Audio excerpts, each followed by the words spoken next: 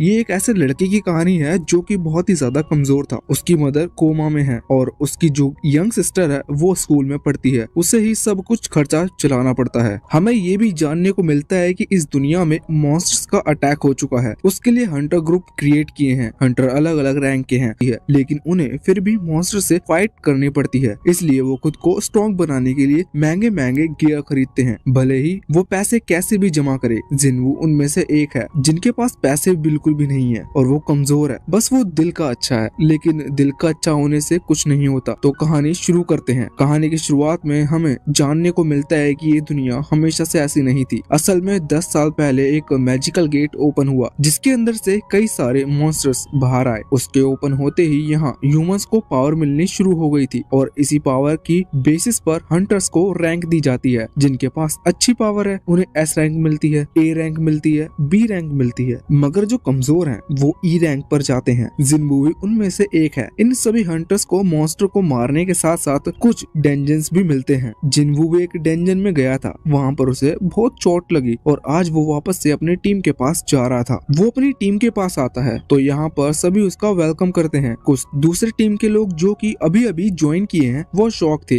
कि आखिर ये लड़का कौन है। इसकी एज भी ज्यादा नहीं है और दिखने में भी कमजोर लग रहा है, फिर भी सब इससे इतने अच्छे से बात कर रहे हैं। पर तभी वो दूसरा लड़का उसे बताता है कि असल में ये जिनवू है, ये बहुत ज्यादा कमजोर है। ये इतना ज्यादा कमजोर है कि अभी पिछले टाइम जब सबसे कमजोर मतलब अभी तक का देखा गया सबसे वीक डेंजन जो था उसमें भी इसे चोट लगी है। ये सुनकर वो शॉक हो जाता है। हम देखते हैं यहाँ पर जिनवू की फ्रेंड जूही जो कि उसी की टीम में है वो आती है और जिनवू से पूछती है कि क्या तुम ठीक हो। जिनवू कहता है कि हाँ मैं ठीक हूँ। वैसे असल में उसे चोट लगने का एक कारण ये भी था कि जब वो वहाँ डेंजन के अंदर गए थे तो उनकी टीम में कोई हीलर नहीं था। हीलर के ना होने से उनकी टीम अधूरी हो गई थी। इस पर जूही कहती है ये तो गलत बात है, तुम्हें वहाँ नहीं जाना चाहिए था। पर जिनवू कहता है कि इनमें से गलती उसी की है क्योंकि वो कमजोर है। वैसे अब एक और डेंजन ओपन होने वाला था। जिनवू भी वहाँ जाने के लिए पूरी तरह से तैयार था। वो उनका जो लीडर है वो बताता है कि डेंजन बहुत ज्यादा डिफिकल्ट नहीं है, लेकिन फिर भी हमें वहाँ पर संभल के रहना होगा। पिछली बार हमारे कई मेंबर्स को चोट आई थी। अब वो लोग वहाँ पहुँचते हैं। जिनवू के पास एक वेपन है जो कि ई रैंक का वेपन कहा जाता है क्योंकि उससे कम रैंक नहीं होती। ये उसे बहुत सस्ते में मिल गया था। उसके पास ज्यादा पैसे नहीं, इस वजह से उसने ये खरीदा। ये ज्यादा किसी काम का नहीं है। अब हम देखते हैं कि वो लोग वहाँ डेंजन के अंदर पहुँच चुके थे। वैसे स्टोरी थोड़ी स्लो चलेगी लेकिन हम उसे थोड़ा फास्ट लाएंगे। तो यहाँ पर जिनवू की फाइट एक गॉब्लिन से होती है। जिनवू उसे हरा देता है। इसमें उसे बहुत मेहनत करनी पड़ी थी। इसके बाद उसे उस गॉब्लिन का क्रिस्टल मिल चुका था क्योंकि हर गॉब्लिन की बॉडी पर एक क्रिस्टल होता है। जिनवू उसे रख लेता है, लेकिन इतने में ही उसकी तरफ एक दूसरा गॉब्लिन ने हमला कर दिया था। जिनवू इतना तो जानता है कि उनके अटैक से कैसे बचना है। वो अटैक से बचते हुए अपने उसी ई रैंक वेपन से उस पर हमला करता है। वो वेपन लकड़ी का था, इस वजह से वो टूट गया था। साथ ही यहाँ पर वो गॉब्लिन जिनवू पर हमला कर देता है। जिनवू को चोट लग जाती है, लेकिन इतने में ही उसकी टीम का एक मेंबर वहाँ पर आकर उस गॉब्लिन को खत्म कर देता है। जूही भी वहाँ पर आ गई थी। हमें पता चलता है कि असल में वो एक हीलर है। वो जिनवू को हील कर रही थी। तभी बाकी जो टीम मेंबर्स थे उन्होंने डेंजन के बॉस को हरा दिया था। इसका मतलब उन्होंने सक्सेसफुली इस डेंजन को क्लियर कर लिया है। ये ज्यादा डिफिकल्ट डेंजन नहीं था। इस वजह से अभी जूही जिनवू से कह रही थी कि इतने वीक डेंजन में भी तुम्हें चोट लग गई, आखिर तुम हंटर बनना ही क्यों चाहते हो। जिनवू कहता है कि उसकी मजबूरी है और वैसे भी उसके पास इसके अलावा और कोई रास्ता नहीं है। तभी हम देखते हैं कि जिनवू के एक टीम मेंबर्स को वहाँ पर एक और गेट दिखता है। असल में यहाँ पर कई सारे डबल डेंजन भी मिल जाते हैं। ऐसा मिलना थोड़ा रेयर है पर उन्हें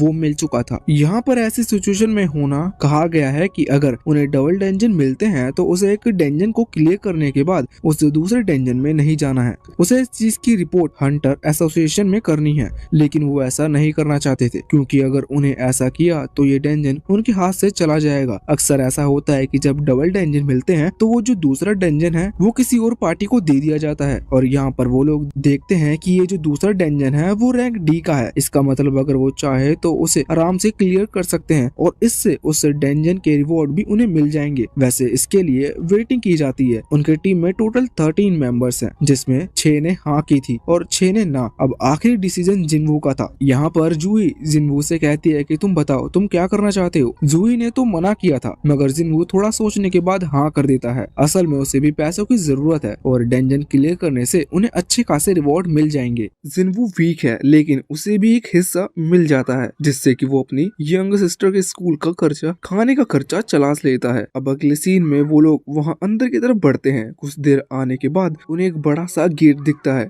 वो सभी बहुत लालची हो रहे थे, इस वजह से वो गेट के अंदर जाना चाहते हैं। रास्ते में जूही जिनफू को चिल्ला रही थी। वो कह रही थी कि तुम मरना क्यों चाहते हो? अभी अभी एक डेंजर में जो कि इतना कम लेवल का था, उसमें तुम्हें चोट लग गई है। ये डी लेवल का है, यहाँ पर तुम्हें बहुत ज्यादा देख कर रहना होगा। जिनवू इस पर हाँ करता है। वैसे अब वो उस गेट के अंदर आ चुके थे। अचानक से उस अंधेरे कमरे में बहुत सारी टॉर्च जलना शुरू हो जाती है। वो लोग देखते हैं कि ये जगह बहुत बड़ी है, साथ ही साथ यहाँ पर कई सारे स्टैचू रखे हुए थे। वो जब आगे बढ़ जाते हैं तो उन्हें एक और स्टैचू दिखता है। ये बहुत बड़ा स्टैचू था। वो स्टैचू अपनी आंख मूव कर रहा था और ये देखकर सच में जिनवू बहुत डर गया था और वो सोचने लगता है कि आखिर यहाँ पर चल क्या रहा है। असल में जिनवू पर कई बार हमले हुए हैं, तब वो हर सिचुएशन को बिल्कुल डिटेल में मेजर करता है। यहाँ पर जिनवू सोच रहा था कि क्या चल रहा है। इतने में ही उसके दिमाग में कुछ समझ में आता है। वो तुरंत ही सब कुछ लाकर कहता है कि नीचे झुक जाओ। अब जितनों ने बात मान ली थी वो बच गए थे, वरना उस बड़े से स्टैचू की आंखों में से जो लेजर बीम निकल रही थी, उस लेजर बीम ने उन सभी को खत्म कर दिया था जिन्होंने जिनवू की बात नहीं सुनी थी। यहाँ पर जिनवू ने जूही को नीचे कर लिया था, इस वजह से वो भी बच गई थी। यहाँ पर टीम लीडर जोंग जिनवू की तारीफ करते हुए कहता है कि उसने सही टाइम पर बताया और उन लोगों की जान बचा ली। वो जिनवू से पूछता है कि तुम्हें कैसे पता कि ये हमला करने वाला है, लेकिन इस पर जिनवू कहता है कि उसे ये बात नहीं पता थी, उसे बस कुछ डेंजर महसूस हुआ, इस वजह से उसने आवाज लगाई। यहाँ पर सॉन्ग कहता है कि वो पहले भी और दूसरी टीमों के साथ डेंजर में जा चुके हैं और सबसे बड़ा डेंजर रैंक बी का पार किया था, लेकिन उसके हिसाब से ये डेंजर रैंक ए से भी ऊपर है। इसका मतलब ये एस रैंक डेंजर है। ऐसे डेंजर पर आना उनका बिल्कुल सही नहीं था और यहाँ तक कि उन्होंने इसकी परमिशन भी नहीं है, लेकिन वो हमला करे इससे पहले ही जिनवू अपने घुटनों पर बैठ जाता है। यह देखकर वो शॉक था कि अचानक से ही स्टैचू ने अटैक करना क्यों रोक दिया। सभी पूछते हैं कि क्या तुमने कोई चीज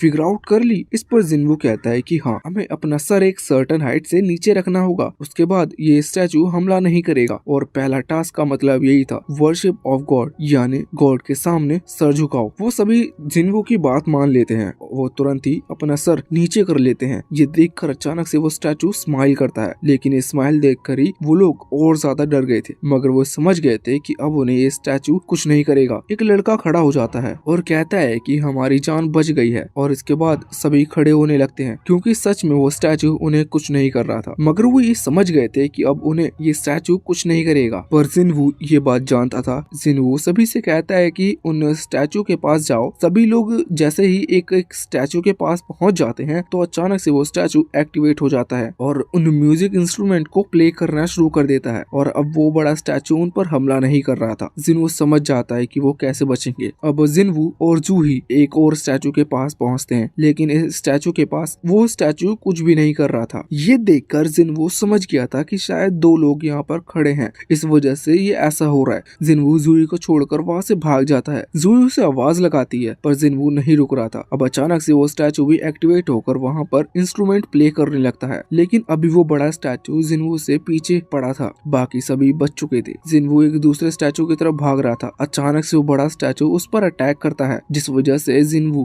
का पैर कट जाता है, लेकिन यहाँ पर जिनवू किसी तरह से उस छोटे स्टैचू पर पहुंच गया था और वो स्टैचू भी एक्टिवेट हो जाता है, जिस वजह से जिनवू की जान बच जाती है और अब वो बड़ा स्टैचू वापस अपने थ्रोन के ऊपर जाकर बैठ गया था। इस चीज में इन सभी की जान बच गई थी, लेकिन अभी अभी जो हुआ वो उस चीज को सहन नहीं कर पा रहे थे। हम देखते हैं कि बाकी मेंबर तो अभी सॉन्ग के ऊपर इल्जाम लगा रहे थे कि उसी ने यहाँ पर आने की परमिशन सभी को दी, जबकि आधे लोग मना कर रहे थे। वैसे सॉन्ग तो यहाँ पर खुद अपना एक हाथ खो चुका था। दूसरी तरफ हम देखते हैं कि जब जिनवू का पैर कट चुका था तो यहाँ पर जूही उसे हील करने की कोशिश कर रही थी, लेकिन जूही इतनी बड़ी हीलर नहीं है कि जो पैर कट चुका है उसे वो फिर से रिजनरेट कर सके, और ज्यादा एनर्जी यूज करने की वजह से अचानक से उसके मुंह से भी खून निकलने लगता है और उसकी एनर्जी पूरी तरह से खत्म हो चुकी थी। यहाँ पर जिनवू सभी से कहता है, देखो लड़ने की जरूरत नहीं है, हमें बस किसी तरह से यहाँ से निकलना होगा। हमने 2 कमांड पूरी कर ली है। इसके बाद हम देखते हैं कि अचानक से वो स्टैचू फिर से हिलता है और अपनी पावर से वहाँ बीच में जहाँ वो फॉर्मेशन टाइप का सर्कल बना हुआ था वहाँ पर अपनी मैजिक स्पेल का यूज करता है, जिसके बाद वहाँ पर कोई चीज बाहर को निकल आई थी। किसी को भी कुछ समझ में नहीं आ रहा था। सभी लोग लोग जिन्वो से पूछते हैं। जिन्वो कहता है कि तीसरी लाइन थी बिलीव इन गॉड। वो कहते हैं कि शायद हमें सैक्रिफाइस करना होगा। ये सुनते ही किसी को समझ नहीं आता, लेकिन उनके बीच में जो उनका एक दोस्त है वो तुरंत एक तलवार निकालते हुए सॉन्ग की गर्दन पर रख देता है। वो कहता है कि अगर यहाँ पर कोई सैक्रिफाइस करेगा तो वो ये है, सॉन्ग उसे ही सैक्रिफाइस करना होगा, इससे हमारी जान बच जाएगी। सॉन्ग एक लीडर है, इसलिए वो तुरंत ही यहाँ पर हाँ कर देता है, क्योंकि वो जानता था कि गलती उसी की है। वो अगर चाहता तो अपनी टीम को रोक सकता था। अब वो वहाँ आगे बढ़ता है, लेकिन जैसे ही वो फॉर्मेशन सर्कल के बीच में आता है तो अचानक से वहाँ पर जग ऑरेंज फ्लेम आ जाती है। ये देखकर सॉन्ग जिन्वो से पूछता है कि अब मुझे क्या करना है। जिन्वो थोड़ा शॉक था, लेकिन फिर वो माफी मांगता है, कहता है कि शायद हमें किसी लिविंग सैक्रिफाइस की जरूरत नहीं, मगर अभी वो उसे समझा नहीं पाया था कि उन्हें असलियत में करना क्या है। वो अपने दोस्त से कहता है कि वो लोग उसे वहाँ सर्कल के बीच में ले चलें। अब जैसे ही दो लोग उसे पकड़कर वहाँ उस सर्कल के बीच में लाते हैं, अचानक से वहाँ पर 3 और ऑरेंज फ्लेम्स आ जाती हैं। जिन्वो ये देखकर शॉक था। अब जब बाकी लोग भी वहाँ आते हैं तो अचानक से वो सारी ऑरेंज फ्लेम एक्टिवेट हो जाती हैं, जिसके बाद गेट खुलने लगा था और बाकी के जो स्टैचू थे वो छोटे वाले वो आगे बढ़ रहे थे और उन्हीं की तरफ आ रहे थे। सभी जैसे ही उन स्टैचू की तरफ देखते हैं तो वो रुक जाते हैं और साथ ही साथ वहाँ पर ब्लू फ्लेम्स भी आना स्टार्ट हो गई थी। जिन्वो कहता है कि अगर हम इन्हें देख रहे हैं तो ये स्टैचू मूव नहीं करेंगे, लेकिन अब अच्छा भला गेट खुल चुका है। जिन्वो ये भी कह रहा था कि अगर हम कुछ टाइम ऐसा ही करते रहे तो ज्यादा टाइम इस डंजन से ना निकलने की वजह से हंटर एसोसिएशन वाले दूसरी टीम को यहाँ भेजेंगे, फिर हम बच सकते हैं। पर उन लोगों को ये मंजूर नहीं था, उन लोगों को अपनी जान बचानी थी। उनमें से एक तुरंत ही वहाँ से भाग जाता है। अब गेट धीरे से बंद होने लगता है। एक ऑरेंज फ्लेम भी कम हो गई थी, साथ ही वो स्टैचू भी आगे बढ़ने लगा था, लेकिन एक आदमी 2 स्टैचू की तरफ देख सकता है। अब जिन्वो ये देखकर शॉक था कि आखिर उसका ही दोस्त उसे धोखा क्यों दे रहा है। अचानक से वहाँ पर एक और टीम मेंबर रोने लगता है और कहता है कि उसे भी यहाँ से जाना होगा, क्योंकि उसे जिंदा रहना है। वो यहाँ नहीं रुक सकता, क्योंकि वो इतने ही दिन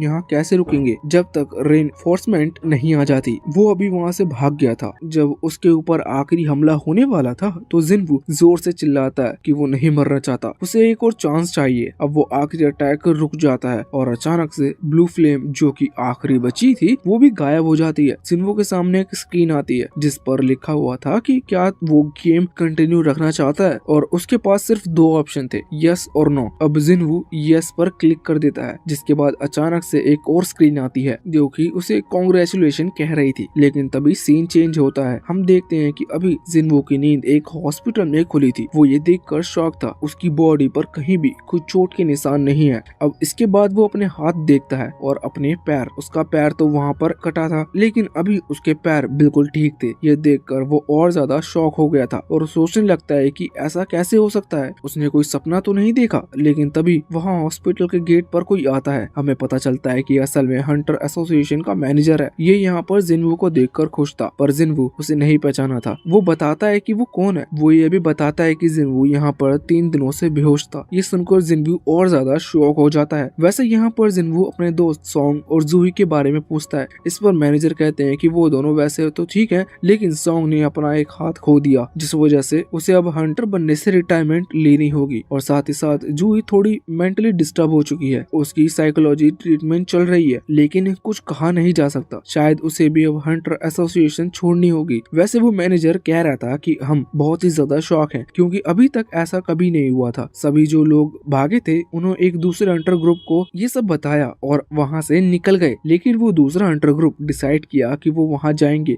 जब वहाँ पहुँचे तो उसे तुम पड़े हुए मिले, लेकिन एक अजीब सी चीज हुई, उन्हें कोई भी स्टैचू या फिर कोई भी ऐसा कमरा नहीं दिखा जिसके बारे में सभी तुम्हारे ग्रुप बात कर रहे थे। मैनेजर कहता है कि खुद की जान बचाने के लिए वो लोग झूठ भी कह सकते हैं, लेकिन सभी लोग एक ही बात कह रहे थे। इस वजह से इस बात पर थोड़ा सा विश्वास करना पड़ रहा था। वैसे वो इस बात से भी शॉक थे कि आखिर वहाँ पर जिन्वो जिंदा बच कैसे गया, क्योंकि जिन्वो कमजोर है और उसका जो साथी है वो वहाँ पर मरा पड़ा था और जिन्वो पूरी तरह से ठीक है, उसे एक खरोंच तक नहीं लगी। यहाँ पर मैनेजर कह रहा था कि हमें इस पर शक है कि शायद तुमने अपनी सेकंड अवेकनिंग पूरी कर ली है। जिन्वो को इस सब के बारे में कुछ नहीं पता था। वो जब पूछता है तो मैनेजर बताता है कि ये बहुत रेयर केस में होता है, जैसे कि नॉर्मल ह्यूमन कभी अवेकनिंग कर ले तो वो भी एक हंटर बन सकता है, एक अच्छे लेवल का हंटर। नॉर्मली जो कम लेवल के हंटर हैं, अगर वो सेकंड लेवल की अवेकनिंग कर लेते हैं तो इसके बाद ए रैंक या फिर एस रैंक तक भी पहुंच सकते हैं। ये बहुत बड़ी बात है। वैसे जिन्वो को नहीं लग रहा था कि उसने अवेकनिंग की है, क्योंकि उसे अपने अंदर कोई खास एनर्जी महसूस नहीं हो रही थी। पर तभी मैनेजर एक डिवाइस दिखाता है जो कि असल में वो पावर चेक करने के लिए यूज करते हैं। यहाँ पर जिनवू को बस उसके ऊपर हाथ रखना था। वैसे जिनवू खुश था क्योंकि उसे लग रहा था कि शायद ये उसका बहुत ही लकी डे हो सकता है। वैसे यहाँ पर मैनेजर मन में सोच रहा था कि जिनवू ने इतने खतरनाक डेंजर से सर्वाइव कर लिया, इसका मतलब उसकी रैंक ए या फिर एस तो हो ही चुकी है। लेकिन अब जब जिनवू उस डिवाइस पर हाथ रखता है तो उसके पॉइंट 10 आते हैं। जिनवू ये सुनकर शॉक था। वो पूछता है कि इसका मतलब क्या है, लेकिन मैनेजर कहता है कि तुम में कोई खास बात नहीं है, ये पॉइंट बिल्कुल नॉर्मल है और तुम सबसे कमजोर हंटर हो। इसके बाद अब वो वहाँ से चला गया था। वैसे हमें ये जानने को मिलता है कि जो ई रैंक के हंटर होते हैं उनका स्कोर पॉइंट 70 के आसपास होता है। इसका मतलब जिनवू का उनसे बहुत ज्यादा कम है और जबकि ई रैंक से नीचे कुछ नहीं होता। वैसे मैनेजर ये भी सोच रहे थे कि कहीं ऐसा तो नहीं वो जो भी डेंजन था जिसके बारे में वो बात कर रहे थे वो यहाँ से कहीं गायब हो गया हो, लेकिन अब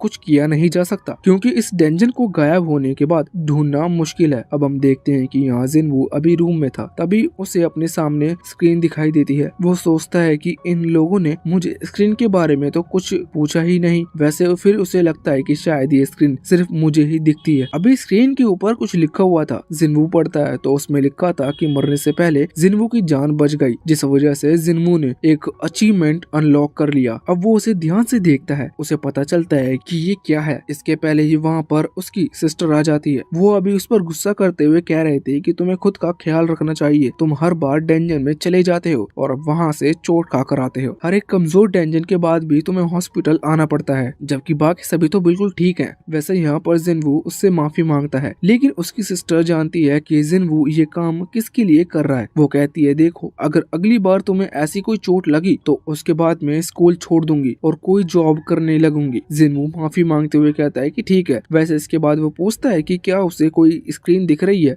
अब यहाँ उसकी बहन को कोई स्क्रीन नहीं दिख रही थी। वो शॉक होते हुए पूछते है कि क्या तुम किस बारे में बात कर रहे हो। यहाँ उसकी बहन को लगता है कि शायद जिनवू किसी गेम वगैरह के बारे में बात कर रहा है। दूसरी तरफ हम सिटी के अंदर देखते हैं, अचानक से जगह हिलती है और एक गेट ओपन हो जाता है। तभी वो दोनों गॉब्लिन साथ में मिलकर हमला करने लगते हैं। जिनवू उनसे बच रहा था, लेकिन अब पहले गॉब्लिन को मारने की वजह से वो थोड़ा मोटिवेट हो चुका था और वो किसी तरह से उन बाकी दो गॉब्लिन्स को भी मार देता है। अब वो खुश था कि वो पहले तो स्ट्रॉन्ग हो चुका है, लेकिन इतने में ही उसके पीछे एक वुल्फ आ जाता है जो जिनवू से देखकर डर गया था। वो जानता था कि ये उन गॉब्लिन से नहीं कहीं ज्यादा ताकतवर है। वैसे फिर भी उसके पास दूसरा कोई ऑप्शन नहीं था। पर अब जब वो वुल्फ उसकी तरफ हमला कर रहा था तो वो किसी तरह से उसके अटैक से बचता है, पर इतने में ही वो वुल्फ उसके गले पर एक स्क्रैच लगा देता है। जिनवू ये बात तो समझ चुका था कि यहाँ पर उसके साथ कोई हीलर नहीं है। इसका मतलब अगर यहाँ पर वो मारा गया तो सच में वो मारा जाएगा, उससे बचने का कोई तरीका भी नहीं है। इसलिए अब उसे किसी तरह से दिमाग से लड़ना होगा। वो तुरंत तैयार हो जाता है, लेकिन सामने वो वुल्फ उससे भी ज्यादा ताकतवर था। वो तुरंत ही हमला करने के लिए यहाँ पर आगे बढ़ रहा था। अभी वो वुल्फ यहाँ दौड़ते हुए जिनवू पर हमला करने वाला था। जिनवू किसी तरह से उसके अटैक से बच जाता है, मगर वो समझ चुका था कि वो इस तरह से भाग नहीं सकता क्योंकि इस वुल्फ की रफ्तार उससे भी ज्यादा तेज है। अब जब वो वुल्फ फिर से जिनवू की तरफ दौड़ने के लिए आता है तो जिनवू अपना हाथ आगे करते हुए उसे पंच मारता है। इस पंच की वजह से वो वुल्फ वहाँ से दूर फिर एक दीवार से टकरा गया था। ये देखते हुए जिनवू हैरान था। उसे जानने को मिलता है कि उसने जो पॉइंट के थ्रू अपने स्ट्रेंथ को बढ़ाया था वो सच में काम करती है। इससे जिनवू को अपनी पावर के बारे में पता चल गया था, लेकिन अभी भी इतनी पावर से कुछ नहीं होने वाला क्योंकि इस अटैक के बाद उस वुल्फ को ज्यादा चोट नहीं लगी थी। वो फिर से उठता है और जिनवू की तरफ हमला करने के लिए आगे बढ़ जाता है। जिनवू फिर से उस पर हमला कर रहा था, पर वो समझ गया था कि उसे यहाँ से बचकर निकलना होगा। अब वो तुरंत वहाँ से भागने की कोशिश करता है, पर उस पर वुल्फ की रफ्तार जिनवू से कई गुना तेज हो चुकी थी। जिनवू रुककर सोचता है कि उसके पास अगर वेपन होता तो शायद वो इससे लड़ सकता था। तभी उसे अपनी सीक्रेट इन्वेंट्री के अंदर से एक मैजिकल स्वॉर्ड को समन करता है। मैजिकल स्वॉर्ड के आते ही जिनवू के अंदर थोड़ा सा कॉन्फिडेंस आ गया था। हम देखते हैं कि जब वो वुल्फ उसकी तरफ हमला करने के लिए आगे बढ़ रहा था तो जिनवू उस तलवार को आगे करते हुए उस वुल्फ को बीच में से काट देता है। उसके ऐसा करते ही अचानक से सिस्टम एक्टिवेट होता है और उसके सामने स्क्रीन आती है जो कि कह रही थी कि उसने अपना लेवल अप कर लिया है। ये देखकर जिनवू शॉक था। वैसे अभी वो ये सोच रहा था कि आखिर उसकी इन्वेंट्री के अंदर इतनी पावरफुल स्वॉर्ड क्या कर रही थी,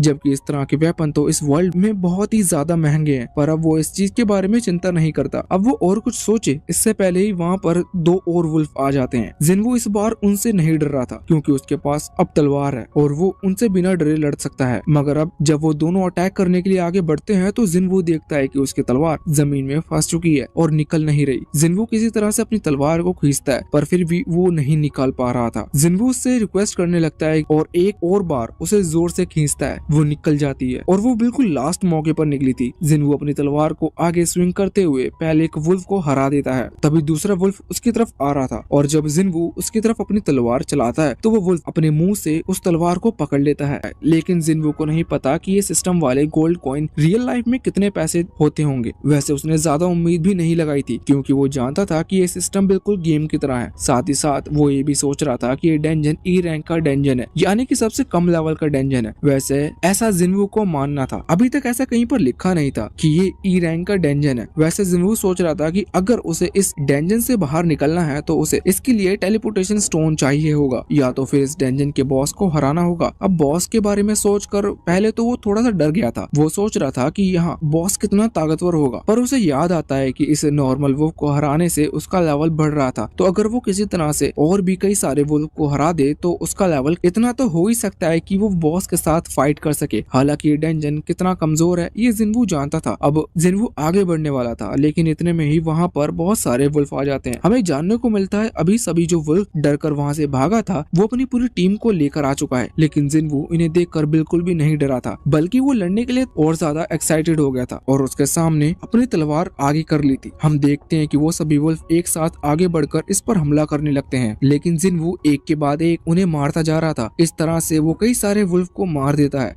एक वुल्फ उसके पीछे से हमला कर रहा था, जिन्वू ने उसे भी पकड़कर खत्म कर दिया था। अब सभी वुल्फ जो कि बचे हुए थे वो जिन्वू को घेर लेते हैं। जिन्वू को यहाँ पर अपनी पास्ट की कुछ मेमोरीज दिखाई देती हैं, जिसके बाद वो स्माइल करता है। उसे अब मजा आ रहा था क्योंकि इन वुल्फ को खत्म करने में उसका लेवल बढ़ते जा रहा था और वो ये भी चाहता था। इस वजह से अब जैसे ही सारे वुल्फ एक साथ हमला करते हैं तो वो एक साथ उन सभी को घुमाते हुए हमला करता है। इस वजह से एंड में सारे वुल्फ मारे जाते हैं और उससे वुल्फ असासिन का टैग मिल जाता है। वैसे जिन्वू बहुत ही ज्यादा थक चुका था। वो खुश था कि अब ये लड़ाई खत्म हो चुकी है। यहाँ पर सबसे पहले वो अपनी इन्वेंट्री को चेक करता है जिसके अंदर अब बहुत सारे आइटम्स ऐड हो चुके थे। साथ ही साथ इन सभी वुल्फ्स को हराने की वजह से उसे एक टेलीपोर्टेशन स्टोन भी मिल चुका था। जिन्वू इसका यूज कर वहाँ से उस डेंजन से बाहर आ जाता है, पर जिन्वू सोचता है कि क्या उसे ये मौका फिर से मिलेगा, मतलब क्या वो इस डेंजन में फिर से आ पाएगा। ऐसा तो नहीं कि ये कुछ टाइम लिमिट के लिए ही यहाँ पर अपीयर हुआ है। और जिन्वू ये भी सोच रहा था कि उसके पास एक बहुत आसान मौका है और ज्यादा लेवल अप करने का। इस वजह से वो अगर वो यहाँ से वापस चला जाता है तो वो बहुत ही बड़ी बेवकूफी होगी। वैसे उसकी तलवार धीरे धीरे अब ब्रेक होने लगी थी, लेकिन जिन्वू फैसला करता है कि अब उसे इस डेंजन में आगे बढ़ना ही होगा। यहाँ से सीन चेंज होता है। इसके बाद जूही को दिखाया जाता है जो कि अभी जा रही थी, तभी उसे कॉल आता है। ये कॉल हंटर एसोसिएशन से था। जूही पहले तो माफी मांगती है क्योंकि उसने पहले डायरेक्ट मना कर दिया था कि अब वो किसी डेंजन में नहीं जाएगी। जहाँ पर जो कॉल पर व्यक्ति था वो कहता है कि एक डेंजन ओपन हुआ है सिटी के अंदर, उससे मॉन्स्टर बाहर निकल रहे हैं। उसे वहाँ पर जाकर बाकी हंटर्स की मदद करनी होगी क्योंकि बाकी हंटर्स को भी अभी हीलर्स की कमी हो रही है। जूही इस पर हाँ कर देती है। यहाँ से सीन चेंज होकर वापस जिन्वू पर आता है। हम देखते हैं कि वो उस डेंजन में आगे बढ़ते हुए जा रहा था। इस दौरान उसकी कई सारी नई तरह के बीस्ट से मुलाकात होती है जिन्हें वो हरा कर आगे बढ़ता है। अभी उसे हर बार अपनी स्क्रीन पर अलग अलग बीस्ट के कलर्स दिख रहे थे, मतलब जैसे ही रेड कलर आया तो उसे पता चल रहा था कि बीस्ट का लेवल क्या है, क्योंकि कलर हर बीस्ट के साथ चेंज होता जा रहा था। आखिर में जब वहाँ डेंजन का बॉस की बारी आती है तो उसके टाइम पे व्हाइट कलर आ जाता है। ये देखकर जिन्वू थोड़ा सा शॉक था। वो समझ गया था कि ये जो भी बीस्ट है ये सच में बहुत ज्यादा पावरफुल होने वाला है, लेकिन जिन्वू डरता नहीं है। वो आगे बढ़ना डिसाइड करता है। अभी उसे सीढ़ियों से नीचे की तरफ जाना था। नीचे पूरे में अंधेरा था, इस वजह से उसे थोड़ा सा डर लग रहा था, पर फिर वो आगे बढ़ना स्टार्ट करता है। वैसे जाते हुए वो अभी अपने सिस्टम स्टेटस की तरफ चेक कर रहा था तो उसे जानने को मिलता है कि अभी उसने बहुत देर से एक भी लेवल अप नहीं किया है, जबकि शुरुआत में वो बहुत ही कम वुल्फ के साथ फाइट करके लेवल अप कर चुका है। पर अभी उसे बहुत ही ज्यादा टाइम हो गया है। उसने बहुत सारे बीस्ट को हरा दिया, लेकिन उसका लेवल अप एक बार ही अपग्रेड हुआ है। अब जिन्वू वहाँ नीचे पहुँचता है तो वो देखता है कि यहाँ की जगह ऊपर वाली जगह से बिल्कुल अलग है। यहाँ आने के बाद जिन्वू अब आगे बढ़ रहा था, तभी उसे कोई साउंड सुनाई देती है। ये साउंड असल में यहाँ के डेंजन बॉस का है। तभी उसकी तरफ से कोई हमला कर देता है, जिस वजह से जिन्वू वहाँ से दूर फेंक कर दीवार से टकराता है और इस दौरान उसकी वो तलवार टूट जाती है। जिन्वू अपनी से सामने देखता है कि एक बहुत बड़ा व्हाइट स्नेक था। असल में ये वही डेंजन बॉस है। स्नेक फिर से उसके ऊपर उछलते हुए अब उसे खाने वाला था, पर जिन्वू अपनी तलवार को ऊपर की तरफ फेंक देता है, जिससे स्नेक का ध्यान ऊपर जाता है। इतने में ही जिन्वू नीचे गिरते हुए उस स्नेक की गर्दन को पकड़ लेता है। स्नेक अभी जिन्वू को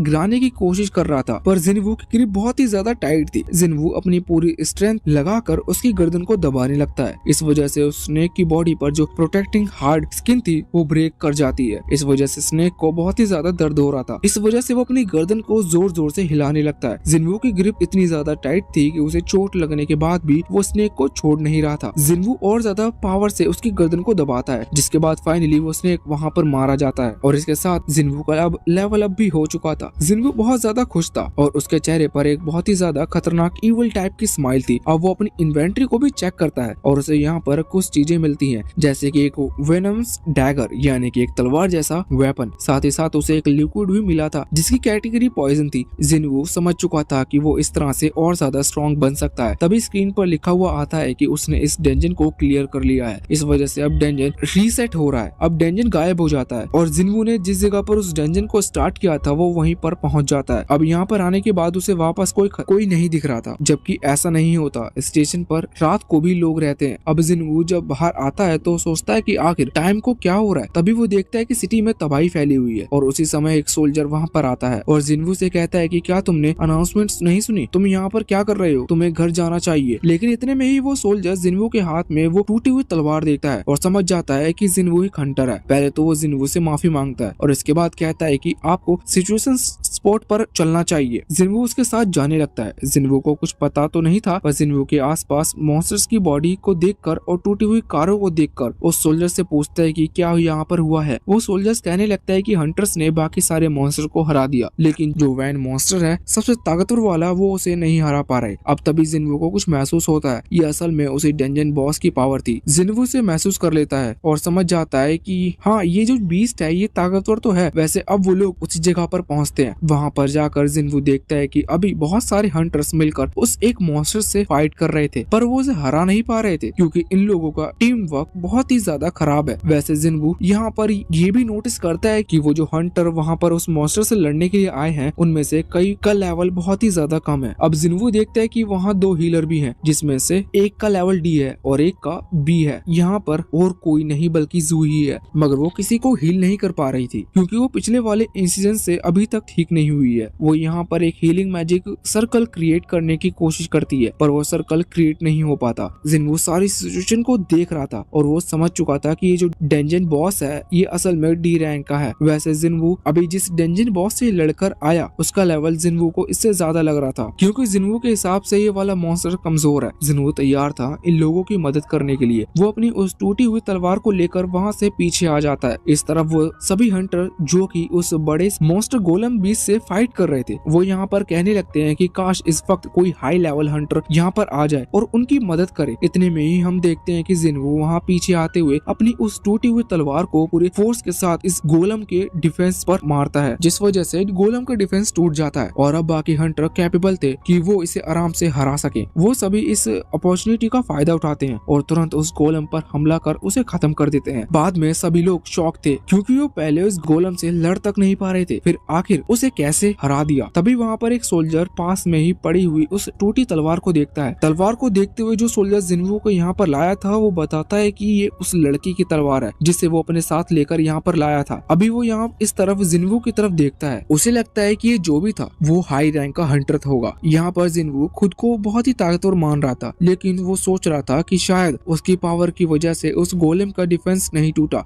लेकिन जिन्वू कहता है कि नहीं, चिंता मत करो, मैं कोई हैवी वर्कआउट नहीं कर रहा। वैसे जब जीना अभी जिन्वू के थोड़े पास आती है तो वो नोटिस करती है कि जिन्वू की हाइट पहले से बहुत ही ज्यादा बढ़ चुकी है। जिन्वू ये भी चीज देखकर सोचता है कि कहीं ऐसा मेरे हैवी वर्कआउट और उस सिस्टम के चलते तो नहीं हो रहा। वैसे अब जीना वहाँ से स्कूल के लिए निकल गई थी। जिन्वू उसे अम्ब्रेला देता है और बाय करता है। अब जब वो वहाँ से चली गई थी तो जिन्वू अपने लिविंग रूम में आता है और वहाँ पर आकर अपने सिस्टम विंडो को चेक करता है। हम देखते हैं कि अभी उसे जो 4-5 टास्क मिले हैं उसमें से उसने सारे टास्क पूरे कर लिए हैं। बस अभी उसे 10 किलोमीटर दौड़ना था। तो यहाँ अभी वो सोच रहा था कि वो कुछ देर बाद जाएगा। अभी उसके पास कुछ पॉइंट्स भी हैं जिन्हें वो चाहे तो अपने स्टेटस में ऐड कर सकता है। लेकिन यहाँ पर वो सोच रहा था था कि उसने पहले भी स्ट्रेंथ वाले ऑप्शन पर बहुत सारे पॉइंट ऐड कर दिए हैं, इससे उसकी ताकत बढ़ गई है। पर भले ही उसकी ताकत कितनी भी ज्यादा बढ़ जाए, अगर वो टारगेट हिट नहीं कर सकता तो इस ताकत का मतलब क्या होगा। इस वजह से वो अपने बाकी ऑप्शंस को भी देखता है। जैसे कि पहले हमने इंटेलिजेंस के बारे में जाना था, वैसे यहाँ पर वेटलिटी और रिसेप्शन के दो और ऑप्शन है। जिन्वू सोच रहा था कि उसे इनमें से पॉइंट ऐड करने चाहिए। अब इसके बाद वो कुछ पॉइंट ऐड करता है जो कि उसे अभी टास्क पूरा करने की वजह से मिले थे। और इसके बाद वो जिस घर में रह रहा था वहाँ के मकान मालिक को फोन लगाता है। वो पूछता है कि उसने इस मंथ का रेंट नहीं दिया है। इस पर मकान मालिक हाँ करता है। वैसे मकान मालिक कोई प्रेशर नहीं बना रहा था, क्योंकि वो जानता था कि जिन्वू एक हंटर है और इस वजह से वो अभी इतने दिन से हॉस्पिटल में था, तो उसे कोई जल्दबाजी नहीं थी। जिन्वू इसके लिए थैंक यू कहता है और कहता है कि मैं इस मंथ का रेंट जल्द ही दे दूंगा। वैसे यहाँ पर मकान मालिक ये भी कहता है कि तुम अपना ख्याल रखना, ज्यादा चिंता मत करना। इसके बाद वो फोन रख देता है। अब जिन्वू को उसे पैसे देने थे, इसलिए उसे पैसे चाहिए। अब जिन्वू और कुछ काम तो करता नहीं है, वो एक हंटर है और हंटर के लिए शुरुआत में जो शुरुआती हंटर होते हैं उनके लिए पेमेंट का सिर्फ एक ही सोर्स होता है, वो होता है कोई भी डंजन। अब यहाँ पर प्रॉब्लम ये थी कि जिन्वू की रैंक असल में अभी ई है, इस वजह से उसे हाई लेवल डंजन नहीं मिल सकते। वैसे उसकी पावर तो अब ई से बहुत ज्यादा हो चुकी है, इस वजह से अगर वो चाहे तो एक री एग्जामिनेशन का फॉर्म भरकर अपनी रैंक को रीटेस्ट करवा सकता है। इससे उसकी रैंक ज्यादा आएगी और फिर उसे हाई लेवल डंजन्स में भी मिलेंगे, जिससे वो ज्यादा अर्न कर सकता है। क्योंकि अभी अगर वो किसी लो लेवल डंजन में जाएगा तो वहाँ पर उसे इतने पैसे नहीं मिलेंगे जो कि उसकी टाइम की वैल्यू निकाल सके। पर प्रॉब्लम ये थी कि अगर वो री एग्जामिनेशन का फॉर्म भर देता है तो इससे उसकी रैंक बढ़ेगी। अभी इसी तरह से वो कुछ दूर आगे आते जा रहे थे, लेकिन फिर भी उन्हें कुछ दिख नहीं रहा था। इस पर जिन्हाओ पूछता है कि कहीं ऐसा तो नहीं कि कोई गुफा या फिर कोई डंजन पहले से क्लियर हो चुका हो, लेकिन इसकी खबर वहाँ हंटिंग एसोसिएशन को नहीं मिली हो। इस पर जिन्वू कहता है कि नहीं, ऐसा नहीं हो सकता। वैसे वो ये भी कह रहा था कि क्या कोई ब्लैक डंजन होता है जहाँ पर कोई ट्रेजरी या फिर कोई मॉन्स्टर ना हो। तो जिन्वू अचानक से उसे चुप कराने लगता है। जिन्वू को कोई आवाज आ गई थी, वो ध्यान से सुनता है तो वो बताता है कि उनकी तरफ कुछ मैजिकल इंसेक्ट बीस्ट आ रहे हैं। अब सभी लोग तैयार हो गए थे, वहाँ पर कई सारे रास्ते थे, वो कहीं से भी आ सकते हैं। इस वजह से हर एक हंटर का एक रास्ता को देख रहा था और पूरी तरह से तैयार था। लेकिन अचानक से वो जो भी किसी टाइप की बीस्ट है वो ऊपर से आना स्टार्ट हो जाते हैं। जिन्वू ने ये चीज नोटिस कर ली थी। वो पहले ही सभी को बता देता है कि वो हमारे सर के ऊपर से आ रहे हैं। अब अचानक से ऊपर की तरफ से बहुत ही बड़ी लाल चींटियां नीचे गिरनी शुरू हो जाती हैं। असल में ये वही बीस्ट थी। ये बीस्ट इसलिए है क्योंकि ये बहुत ही ज्यादा बड़ी है और ये बहुत सारी थी। ऐसा लग रहा था जैसे कि कोई आंट कॉलोनी हो। आंट कॉलोनी से मतलब ये कोई चींटियों का ग्रुप हो, क्योंकि यहाँ पर गुफा भी उसी तरफ की थी बड़ी चींटियों ने बनाई होगी और ये सभी इनके ऊपर हमला कर रही थी। सभी हंटर बहुत ही अच्छे से लड़ रहे थे। यहाँ पर जिन्हाओ अभी जिन्वू के सामने आ गया था, जिससे कि वो जिन्वू को प्रोटेक्ट कर सके, क्योंकि वो जानता है कि जिन्वू बस रैंक ई पर है। अभी लड़ाई कुछ देर तक ऐसे ही चलती है। जो सामने वाला ग्रुप है जिनमें वो 6 मेंबर्स मतलब 6 हंटर्स वो स्ट्रॉन्ग है और उनका टीम वर्क अच्छा है। इस वजह से वो बहुत ही जल्दी उन सभी चींटियों को हरा देते हैं। अभी गोंग जिन्वू की तारीफ करते हुए कहता है कि तुमने सही मौके पर हमें बता दिया, वरना हम बड़ी प्रॉब्लम में फंस सकते थे। तुम्हें बात कैसे पता चली? जिन्वू कहता है कि कुछ नहीं, बस मुझे आवाज आ गई थी क्योंकि मैं उस हॉल के बिल्कुल नीचे ही था। अब यहाँ पर एक मेंबर अभी गोंग को बुलाता है और बताता है कि इन चींटियों को हमने नहीं मारा क्योंकि हमारे अटैक से नहीं मरी, बल्कि इन्हें किसी ने बाइट किया है। वो समझ जाते हैं कि इस पूरे डंजन में सच में कोई बड़ा सा मॉन्स्टर या फिर बड़ा सा बीस्ट है जो कि इन सभी आर्ट्स को यानी कि चींटियों को मार रहा था। इस वजह से उन्हें शुरुआत में कोई भी चींटियां या फिर नहीं मिली। यहाँ से सीन चेंज होता है। हम अभी एक हंटर एसोसिएशन के जिम में आ जाते हैं, जहाँ पर अभी एक बहुत ही तेजी से धमाके की आवाज आती है। अब वो जो न्यू मेंबर्स थे वो थोड़ा डर गए थे, लेकिन जो पुराने मेंबर्स हैं वो बताते हैं कि डरने की जरूरत नहीं है, क्योंकि असल में यूनहाओ ट्रेनिंग कर रहे हैं। वो इस तरह से ट्रेनिंग करता है कि हम यूनहाओ को देखते हैं जिसमें अभी बहुत ही बड़े स्टोन बीच में से तोड़ दिया था और वो अभी कह रहा था कि इतनी ट्रेनिंग उसके लिए काफी नहीं है। अब वापस से सीन चेंज होता है। हम उस गुफा के अंदर आते हैं। हम देखते हैं कि अभी जिन्हाओ जिन्वू से कह रहा था कि तुम्हारे हिसाब से तुम्हें जो ऑफर मिल रहे हैं क्या वो सही है या नहीं। इस पर जिन्हाओ कहने लगता है कि हाँ, ये ऑफर तो बहुत अच्छे हैं, पर मुझे इस पर भरोसा नहीं है क्योंकि मुझे यहाँ पर फाइट नहीं करनी, फिर भी मुझे पैसे मिलेंगे, जबकि एक प्राइवेट ग्रुप है, प्राइवेट ग्रुप को उतने ज्यादा पैसे नहीं मिलते। और दूसरी बात ये भी है कि इनके पास कोई हीलर नहीं है। वैसे अब तभी उनके सामने कुछ अजीब सी चीजें दिखती हैं। वो तुरंत ही वहाँ लाइट जब जलाते हैं तो उन्हें पता चलता है कि ये स्पाइडर वेब है। इसका मतलब वो सही डायरेक्शन में जा रहे हैं जहाँ पर कोई स्पाइडर बीस्ट है। अब इसी तरह से वो बहुत ही जल्दी जल्दी आगे बढ़ना शुरू करते हैं और कहानी थोड़ी फास्ट होती है। अंत में हम देखते हैं कि जब वो उस गुफा के कोने में पहुंच जाते हैं तो उन्हें वहाँ पर बहुत सारे क्रिस्टल मिलते हैं। ये मनक क्रिस्टल से जिनके अंदर बहुत ही एनर्जी होती है। कि उसके साथियों को देखते हैं। अभी गोंग तो बाहर आकर बैठ गया था क्योंकि वो जानता था कि अभी उन्हें कुछ देर यही इंतजार करना होगा। उसके साथी उससे पूछने लगते हैं कि आखिर हम उन दोनों को वहाँ छोड़ के क्यों आए। वो दोनों इतने ताकतवर नहीं है कि वो उस मॉन्स्टर से लड़ सकें, और अगर वो मारे गए तो हमारा इसमें क्या फायदा, क्योंकि हमने गुफा का रास्ता तो बंद कर दिया। गोंग कहता है कि अभी तुम्हें मुझसे बहुत कुछ सीखना है। वो समझता है कि वो दोनों ही बहुत ही कम लेवल पर हैं। पहली चीज, अगर वो वहाँ बंद है और हमने जब पत्थर गिराया कि वो स्पाइडर जागेगा और वो उन पर हमला करेगा, ये पक्का है कि वो दोनों से हरा नहीं सकते। इसका मतलब वो स्पाइडर इन दोनों को खा लेगा और अब पेट भर जाने के बाद वो फिर से सो जाएगा, तो हम अंदर जाकर क्रिस्टल ले सकते हैं। इस पर वो सीधा कहने लगता है कि लेकिन उसके लिए हमें फिर से उन पत्थरों को हटाना होगा और उस चीज में तो फिर से वो स्पाइडर जाग जाएगा। पर इस पर गोंग कहता है कि ऐसा नहीं है, मैंने वहाँ दूसरा रास्ता देखा है जो ऊपर की तरफ से आता है, हम वहाँ के थ्रू जाकर उन क्रिस्टल को ले सकते हैं। ये सुनकर वॉरियर शॉक था।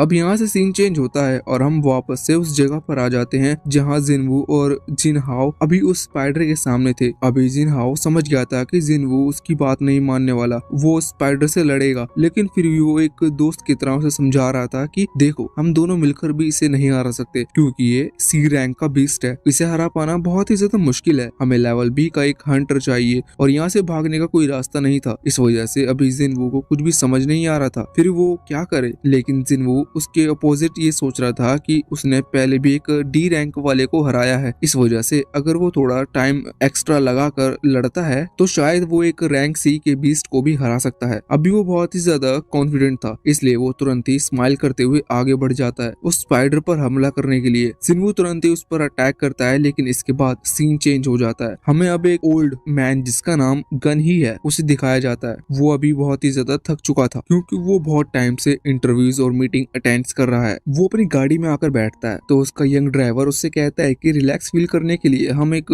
स्पेयरिंग मैच कर सकते हैं, मतलब ये ट्रेनिंग की तरह होता है। जिस पर गन ही खुश हो जाता है और कहता है कि बिल्कुल, और इसके बाद वो दोनों वहाँ से चले जाते हैं। एक बार फिर से सीन चेंज होता है। हम जिनवू को देखते हैं जो कि अभी बहुत ही स्पीड के साथ उस स्पाइडर पर हमला कर रहा था। वैसे तो जिनवू को पता है कि ये स्पाइडर सिर्फ सी रैंक का है, लेकिन प्रॉब्लम ये थी कि इसकी बॉडी हार्डनिंग बहुत ही ज्यादा खतरनाक है। जिनवू की जो ब्लैक स्वॉर्ड थी यानी कि वो नाइफ को किसी तरह से उस स्पाइडर को हर्ट नहीं कर रही थी। जिनवू कितनी भी कोशिश कर रहे लेकिन उसके ऊपर अटैक का ज्यादा कोई असर नहीं हो रहा था। लेकिन वो जो स्पाइडर है उसके जो पैर हैं उनकी वजह से वहाँ जमीन में होल्स होते जा रहे थे। जिनवू समझ जाता है कि अगर वो एक बार भी उसके पैर से टच हो गया तो पॉइजन भी फैलेगा, साथ ही साथ उसकी बॉडी तुरंत ही डिस्ट्रॉय हो जाएगी। जिनवू अब और देखते हुए लड़ रहा था। वैसे दूसरी तरफ अभी जिनहाओ जो कि बस जिनवू को देख रहा था वो बहुत ही ज्यादा हैरान था। उसकी सोच पहले से बदल चुकी थी। वो पहले सोच रहा था कि जिनवू एक रैंक ई का हंटर है, इस वजह से वो उस बीस्ट को हरा नहीं सकता। वो बस ऐसा लड़ रहा है जिससे कि कुछ देर बाद जब वो मरे तो उससे ये गिल्टी ना रहे कि वो बिना लड़े मारा गया। लेकिन अब उसका सोचना बिल्कुल अलग हो चुका था क्योंकि वो सोच रहा था कि कहीं जिनवू एक फॉल्स हंटर तो नहीं। असल में फॉल्स हंटर उन लोगों को कहा जाता है जो कि अपनी रैंक को छुपाते हैं। जिनवू के अलावा ऐसे और भी कई सारे होल्स हंटर हैं जो कि अपनी रैंक ई फिर इतनी ही रखते हैं जिससे कि लोगों को पता ना चले कि उनकी असली रैंक कितनी है। ये लोग साइकोपैथ होते हैं क्योंकि ये अपने ही टीममेट्स को मारते हैं। अब यही सब सोचने की वजह से जिनहाओ अभी बहुत ही ज्यादा हैरान लग रहा था और उसे थोड़ा थोड़ा अजीब फील हो रहा था। यहाँ जिनवू अभी बहुत ही स्पीड से मूव तो कर रहा था लेकिन वो स्पाइडर बीस्ट इतना ज्यादा बड़ा है कि जिनवू को उसे डोज करने में भी बहुत ही ज्यादा प्रॉब्लम हो रही थी।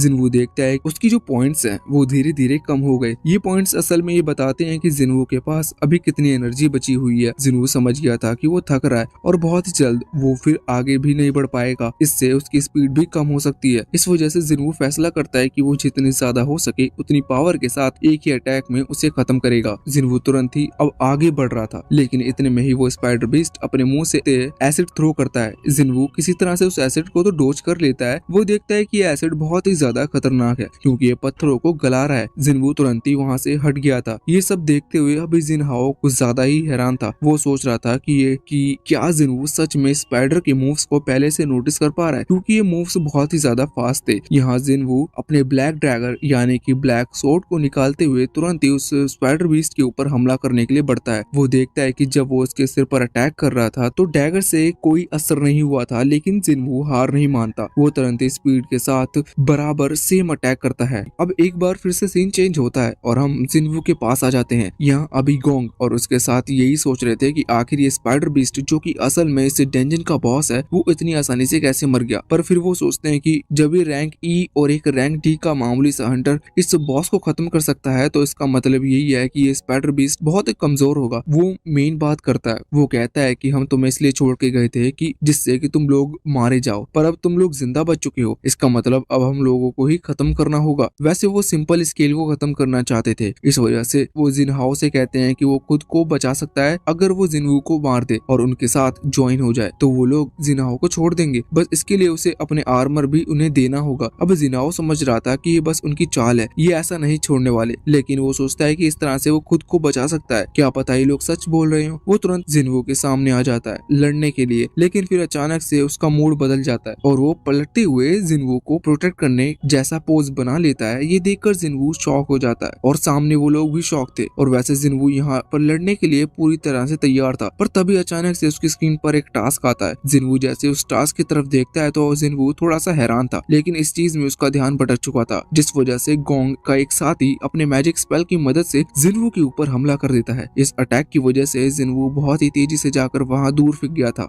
यहाँ से सीन चेंज होता है और हम जिनवू की सिस्टर जिनहा को देखते हैं। यहाँ हम देखते हैं कि अभी वो अपने दोस्त से मिलने के लिए आई थी। उनके बीच में कई सारी बातें होती हैं, लेकिन मेन बात तो ये थी कि अभी वो अपनी जिस दोस्त से मिलने के लिए आई थी वो असल में उसी हंटर ग्रुप के अंदर है, जिस हंटर ग्रुप में चा मतलब वो बी रैंक की लड़की भी है। वो बताती है कि जब वो एक डेंजन क्लियर करने के लिए गए थे, तब वहाँ के मॉन्स्टर इतने स्ट्रॉन्ग थे कि उस लड़की के सारे टीममेट उसे नहीं मार पा रहे थे, लेकिन फिर चा वहाँ पर आई और उसने उन सभी को बहुत ही आसानी से हरा दिया। और अब खबर आ रही है उसे जल्द ही उस गिल्ड यानी कि उनकी टीम का लीडर बना दिया जाएगा। वैसे वो लड़की यहाँ चा को बिल्कुल पसंद नहीं करती। अब यहाँ से सीन चेंज होता है और हम वापस से जिनवू के पास आते हैं। यहाँ हम देखते हैं कि जब जिनवू को वो अटैक लगा तो जिनवू इतनी बुरी तरह से इंजर्ड हो गया था कि वो अभी हील नहीं कर पा रहा था, यहाँ तक कि उसकी आंखें भी नहीं खुल रही थी। सभी लोग समझ जाते हैं कि अब वो मारा जा चुका है, मगर इस तरफ हम जिनवू को देखते हैं। जिनवू अभी उनकी बातें सुन रहा था। गोंग और उसके साथी अभी जोर जोर से हंस रहे थे। जिनवू सोचता है कि ये शायद उसका अंत है, लेकिन अचानक से उसके सामने एक और विंडो ओपन होती है, जिसमें बताया गया था कि उसे इन 6 के 6 लोगों को खत्म करना है, क्योंकि ये उसे खत्म करना चाहते हैं। जिनवू समझ गया था कि ये जो सिस्टम पावर है ये बस उसे स्ट्रॉन्ग बनाना चाहती है। जिनवू भी उसका कहा मानता है। वो तुरंत ही खड़ा हो जाता है। ये देखकर गोंग और बाकी सभी हैरान थे कि आखिर इतने खतरनाक अटैक के बाद भी जिनवू कैसे बच गया। वैसे इसके बाद गोंग का एक साथी जिनवू के पास आता है और उसके कंधे पर हाथ रखकर कहने लगता है कि देखो, तुम बहुत ही बुरी सिचुएशन में फंस गए हो, इससे तुम जिंदा तो नहीं बच सकते, मगर मैं पूछना चाहूंगा कि आखिर तुम क्या करोगे, क्या तुम हमसे माफी मांगोगे। साथ ही साथ वो यहाँ पर जिनवू के कमजोर होने का भी मजाक उड़ा रहा था। जिनवू कोई जवाब नहीं दे रहा था, इस वजह से वो बाजू में खड़ा लड़का और मजाक उड़ाते हुए कोई बात कहता है, लेकिन अचानक से उसकी आवाज रुक जाती है। हम देखते हैं कि जिनवू ने अपनी ब्लैक डैगर की मदद से उसकी गर्दन को काट दिया था। वो लड़का वहीं पर मारा जाता है। ये देखकर गोंग और उसके सभी साथी बहुत ही ज्यादा हैरान हो चुके थे। यहाँ पर सबसे ज्यादा हैरान अभी गोंग लग रहा था। हम देखते हैं कि जिनवू के सामने एक स्क्रीन आती है जिस पर लिखा हुआ था कि जिनवू ने फाइनली एक को खत्म कर दिया है, अब उसे 5 को और खत्म करना है। जिनवू सोचता है कि इस सिस्टम की बात मानते हुए उसे पहली बार किसी की जान नहीं लेनी है। जिनवू को गोंग अपनी असली पावर को एक्टिवेट करता है, जो कि बॉडी हार्डनिंग है। उसकी बॉडी इतनी ज्यादा हार्ड हो चुकी थी कि जिनवू के ड्रैगर से उससे कुछ नहीं हो रहा था, पर जिनवू अपने ड्रैगर का यूज नहीं कर रहा था। वो तुरंत ही स्पीड के साथ जाकर गोंग के चेहरे को पकड़ता है और उसे जमीन में मार देता है। गोंग हैरान था कि वो जिनवू के सामने कुछ नहीं कर सकता। वो तुरंत ही माफी मांगने के लिए आता है। वो कहने लगता है कि उसे माफ कर दे और उसके बदले गोंग अभी तक सभी डेंजन के कमाए हुए सारे पैसे जिनवू को दे देगा। जिनवू मन में सोचता है कि अभी अभी इसने मुझे मारने की इतनी सारी कोशिश की और अब ये मुझसे माफी मांग रहा है। जिनवू किसी भी कीमत पर उसे माफ नहीं करने वाला था। जिनवू तुरंत ही उस पर हमला कर उसे खत्म करता है और अचानक से वो बिल्डिंग गिरने लगती है, क्योंकि डेंजन बॉस बहुत ही पहले मारा जा चुका है। क्या पता वो बिल्डिंग अभी तक टिकी क्यों हुई थी। अब जैसे ही डेंजन क्लियर होता है वो लोग वहाँ से बाहर आ जाते हैं। यहाँ बाहर आने के बाद जो लड़की उनका स्वागत करती है वो वहाँ रिसेप्शनिस्ट थी, जिससे कि डेंजन के खुलने की या बंद होने से की इंफॉर्मेशन बड़े लोगों की यानी कि हंटर एसोसिएशन को देनी पड़ती है। यहाँ पर वो देखती है कि अभी सिर्फ 2 लोग उस डेंजन से बाहर आए हुए हैं और वो दोनों उस टीम यानी कि 8 लोगों की टीम में सबसे कमजोर थे। वैसे तभी वो जिनहाओ उस आर्मर को देखती है, जो कि असल में अभी तक सबसे लेटेस्ट यानी कि जो लेटेस्ट आर्मर यहाँ आया है सबसे स्ट्रॉन्ग माना जाता है। वो समझ जाती है कि जिनहाओ एक बहुत ही ज्यादा रिच आदमी का बेटा है। वैसे यहाँ जिनहो अभी जिन्वो को थैंक यू कह रहा था क्योंकि जिन्वो ने उसकी जान बचाई, वरना वो इस डेंजर में मारा जाता। अब तभी बारिश होने लगती है। जिन्वो सोचता है कि अच्छा है उसने अपनी बहन को अम्ब्रेला दे दिया। अब एपिसोड की आखिर में सीन चेंज होता है और हमें बिल्डिंग के अंदर एक आदमी को देखते हैं जो कि बहुत ही पावरफुल लग रहा था और ऐसा लग रहा था कि वो किसी से लड़ने के लिए पूरा तैयार है। अब यहाँ से सीन चेंज होता है और हम हंटर एसोसिएशन के चीफ को देखते हैं। वो इस वक्त बैठकर कुछ पुराने हंटर्स की फाइल चेक कर रहा था। तभी उसका एक आदमी वहाँ पर आकर उसे बताता है कि एक डेंजन के अंदर से रिपोर्ट आई है कि वहाँ सारे वॉरियर्स मार दिए गए,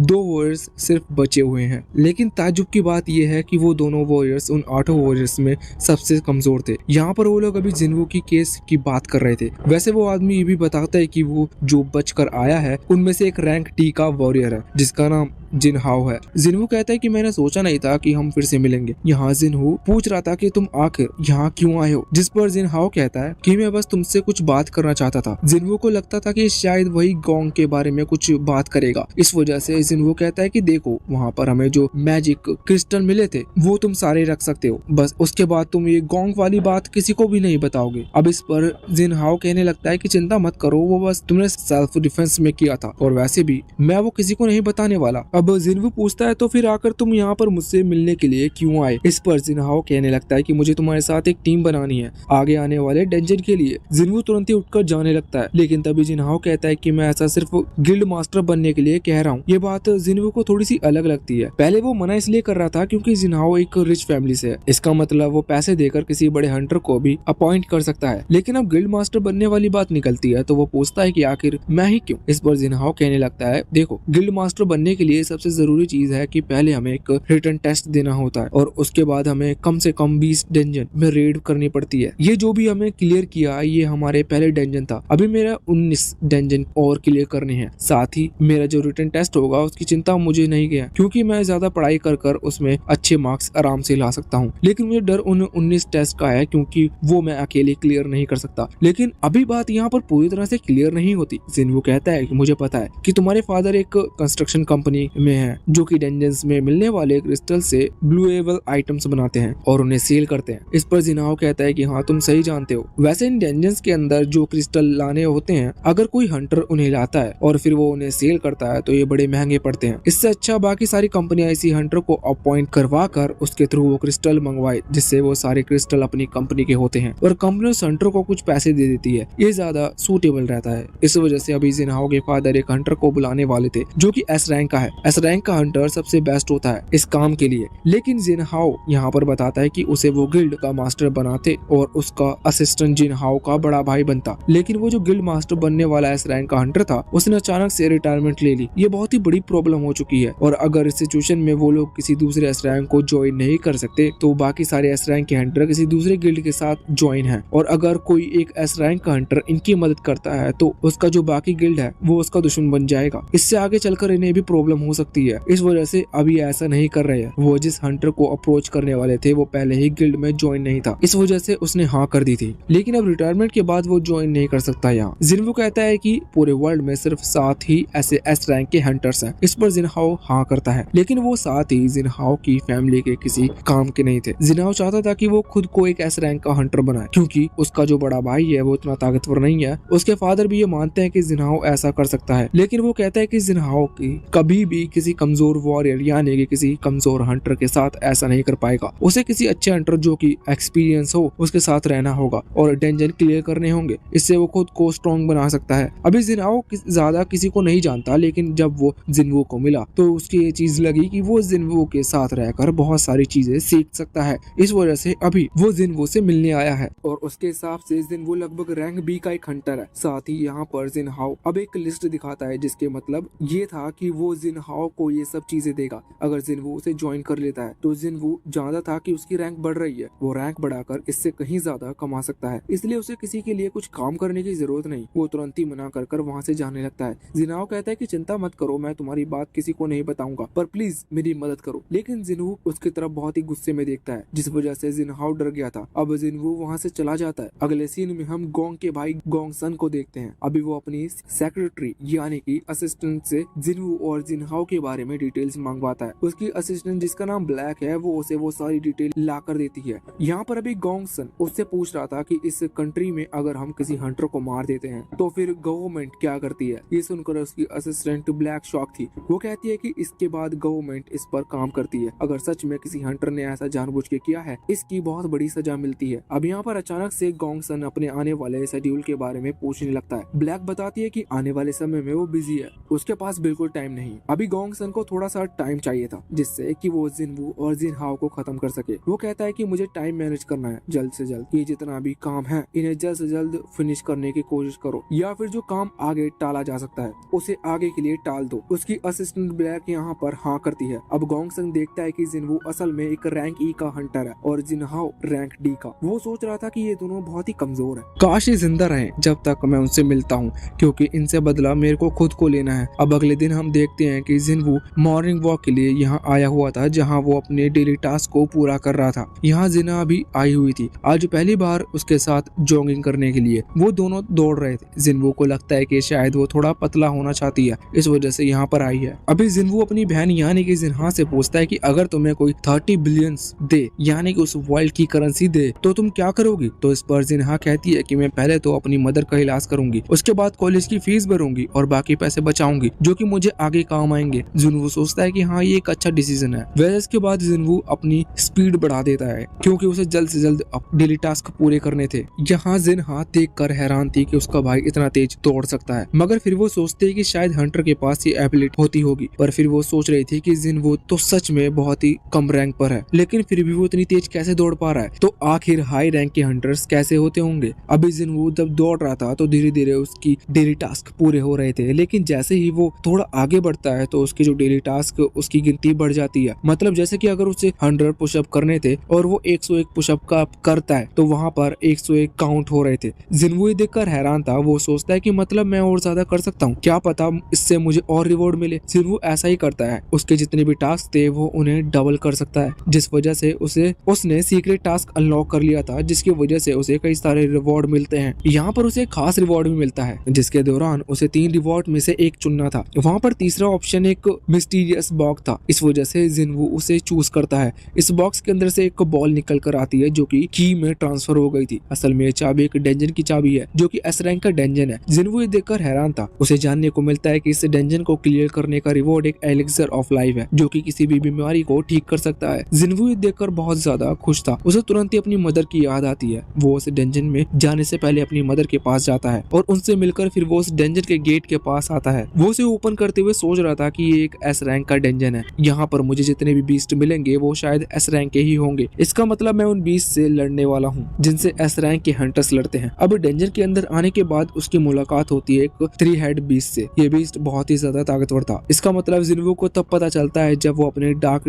ड्रैकर की मदद से उस पर हमला करता है और इतने पावरफुल हमले के बाद भी उस बीस्ट की बॉडी को हल्की सी खरोच भी नहीं आई थी। जिनवू फिर से अटैक करने के लिए आगे बढ़ता है, लेकिन उसके ये अटैक कुछ भी नहीं कर पा रहे थे। जिनवू समझ गया था कि सच में बीस्ट एक असली एस रैंक बीस्ट कहलाने के लायक है। जिनवू उससे बहुत देर तक फाइट करता है, जिसके बाद वो बीस्ट भी यहाँ जिनवू पर हमला कर रहा था। उसके एक ही अटैक के बाद जिनवू वहाँ से बहुत तेज दूर फेंक जाता है और उसकी एचपी भी बहुत ही ज्यादा कम हो जाती है। जिनवू समझ नहीं पा रहा था कि वो क्या करे। वो तुरंत ही फिर से हमला करने के लिए आगे बढ़ता है, लेकिन अब उस मॉन्स्टर ने यहाँ पर अपनी एक स्किल अनलॉक करते हुए उसे एक्टिवेट कर लिया था। इस स्किल के दौरान अब वो 3 मिनट तक बिना डैमेज के जिनवू पर हमला कर सकता है और जिनवू जितना भी अटैक करेगा उससे कोई भी चोट नहीं लगेगी, ना ही कोई दर्द महसूस होगा। ये जिनवू के लिए बहुत ही ज्यादा बुरा हो सकता है। जिनवू जैसे ही अटैक करने के लिए आगे बढ़ता है तो वो भी उसे फिर से वहाँ से दूर फेंक देता है। इस चीज में जिनवू की फिर से एचपी नीचे की तरफ गिर गई थी और जिनवू वो तुरंत ही अपने डेली टास्क के थ्रू जीती हुई फुल रिकवरी स्पेल यूज करनी पड़ती है। इस वजह से उसने रिकवर कर लिया था। वो फिर से आगे बढ़ता है, लेकिन इस बार भी उस बीस्ट को नहीं रोक पाता। वो एक बार फिर से पीछे आ गया था, जहाँ सिस्टम से उसे पता चलता है कि इस बीस्ट ने अपनी स्पेशल स्किल अनलॉक कर ली है, जिसका मतलब अब 3 मिनट तक उसे किसी भी तरह की चोट या दर्द नहीं होगा। जिनवू समझ गया था कि इस पर अटैक करने का कोई फायदा नहीं है, लेकिन जिनवू फिर से अटैक करने के लिए जाता है, जिस दौरान वो बीस्ट उस पर हमला कर उसे वहाँ से दूर फेंक देता है। जिनवू अब एक जगह पर छुप गया था क्योंकि उसे पता था कि इस बीस्ट की स्किल सिर्फ 3 मिनट तक काम करेगी। जिनवू को बस 3 मिनट तक उससे सामने नहीं आना था। जिनवू देखता है कि उसकी एचपी बहुत ही कम हो चुकी है, इसका मतलब वो जल्दी मारा जा सकता है। वो तुरंत ही अपने पास वो पिछली बार का जो टेलीपोर्टेशन स्टोन है उसे निकाल लेता है, उसका यूज करने का सोचता है, पर इतने में उस बीस्ट ने उसे देख लिया था। वो हमला कर उस स्टोन को जिनवू से दूर कर देता है। अब जिनवू के पास वो स्टोन नहीं था। जिनवू फिर से वहाँ से भागते हुए छुपता है, लेकिन इतने में उसे एक और अटैक लग जाता है। अब जिनवू उससे छुप तो गया था, पर उसकी एचपी बिल्कुल कम हो चुकी थी। जिनवू अपने इन्वेंटरी में देखता है कि उसके पास 3 बोतल्स हैं जो कि उसकी एचपी 100 कर सकती हैं। साथ ही उसके पास एक स्नेक वेनम पॉइजन है जो कि वो यूज कर सकता है, लेकिन उसका रिवॉर्ड नहीं था। लेकिन उसका रिवॉर्ड नहीं पता। वो जैसे ही उसका यूज करता है तो उसे पता चलता है कि अब उसके ऊपर 20% कम फिजिकल डैमेज होगा। अभी वो बीस्ट फिर से जिनवू को देख लेता है। उनकी फाइट शुरू होने वाली थी, लेकिन इतने में उस बीस्ट को वो स्किल यानी कि 3 मिनट का टाइम पूरा हो जाता है। जिनवू तुरंत ही उसके वीक पॉइंट पर हमला करते हुए उसे खत्म कर देता है। जिनवू के लिए ये एक्सपीरियंस बहुत ही ज्यादा डरावना था, क्योंकि उसकी एचपी बिल्कुल लास्ट मोमेंट पर थी। हल्का सा एक और अटैक और जिनवू वहीं मारा जाता। अब उसे इस बीस्ट को हराने की वजह से कुछ रिवॉर्ड मिलती है, जैसे कि एक चाबी जो कि असल में एक डीमन डेंजन की है। वैसे वो डीमन कासल लिखा हुआ था, तो जिनवू उस डीमन कासल में जा सकता है इस चाबी के थ्रू। उसे एक और चीज मिलती है जिससे उसे पता चलता है कि लाइफ ऑफ एलेक्सर उसे इतनी आसानी से नहीं मिलने वाला। उसे इसके लिए 3 तरह की चीजें चाहिए होगी जो कि उसे डीमन कासल के अंदर मिलेगी। जिनवू अभी इस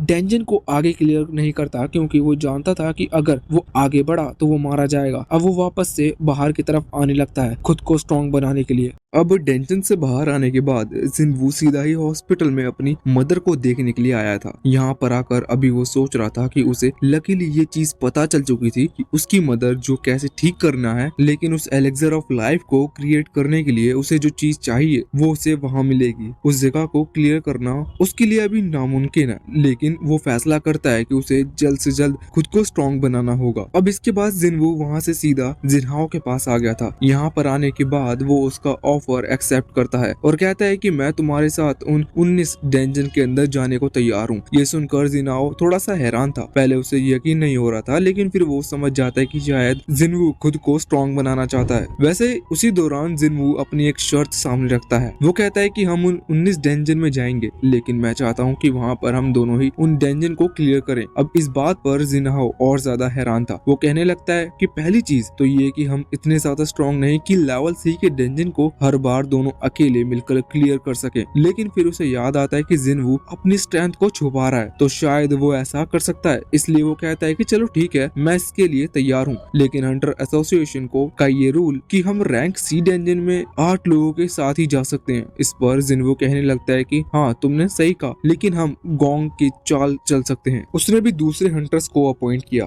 अपने साथ जाने के लिए, तो हम भी दूसरे हंटर को अपॉइंट करेंगे जो कि हमसे थोड़े कमजोर होंगे तो भी चलेगा। इससे मेन प्रॉफिट और ट्रेनिंग हमारी ही होगी। जिनहाओ उसकी बात अच्छे से समझ गया था। इस वजह से वो कहता है कि ठीक है, डेंजन ढूंढने का और टीम में ढूंढने का काम तुम मुझ पर छोड़ दो। इसके बाद यहाँ से सीन चेंज होता है और हम चाय को देखते हैं। अगर आपको चाय के बारे में नहीं पता तो मैं बता दूं कि ये हमारी इस सीरीज का मेन फीमेल कैरेक्टर है। ये अभी यहाँ पर वर्कआउट कर रही थी और हमें इसके बहुत सारे वर्कआउट दिखाए जाते हैं। पता नहीं क्यों, लेकिन अभी ये थक कर बैठी थी, तभी नोटिस करती है कि उस पर कोई नजर रख रखा है। चाहे कहती है कि यहाँ पर कौन है और तुम्हारा नाम क्या है, जिसके बाद वो जो आदमी था वो वहाँ सामने आता है। हमें जानने को मिलता है कि उसका नाम यूनो है, मगर बाकी चीज नहीं बताई जाती। वो कह रहा था कि तुम एक एस रैंक हंटर हो। मुझे बिल्कुल हैरानी नहीं हुई कि तुमने मुझे बिना देखे पहचान लिया। और इसके बाद वो अपना एक कार्ड चाय को देता है। अब यहाँ से फिर से सीन चेंज होता है और हम जिनहाओ और उसके फादर को देखते हैं जो कि अभी कार में जा रहे थे। जिनहाओ जिनहू से बात कर सीधा अपने फादर के पास आया था। वो उन्हें सब कुछ बताता है कि वो एक गिल्ड बनाना चाहता है जिससे कि वो एक अपने फादर की हेल्प कर सके। इस पर उसके फादर खुश थे, पर अब वो जिनहाओ को पूरी बात डिटेल में बताता है कि उन्होंने ऐसा क्यों फैसला लिया कि उन्हें दूसरा गिल्ड बनाना है। और ये बात वो बिल्कुल शुरू से बताते हैं कि जब अचानक से डेंजन अपीयर हुए तो अब हंटर वगैरह कुछ भी नहीं थे, ना ही हंटर एसोसिएशन थी। उस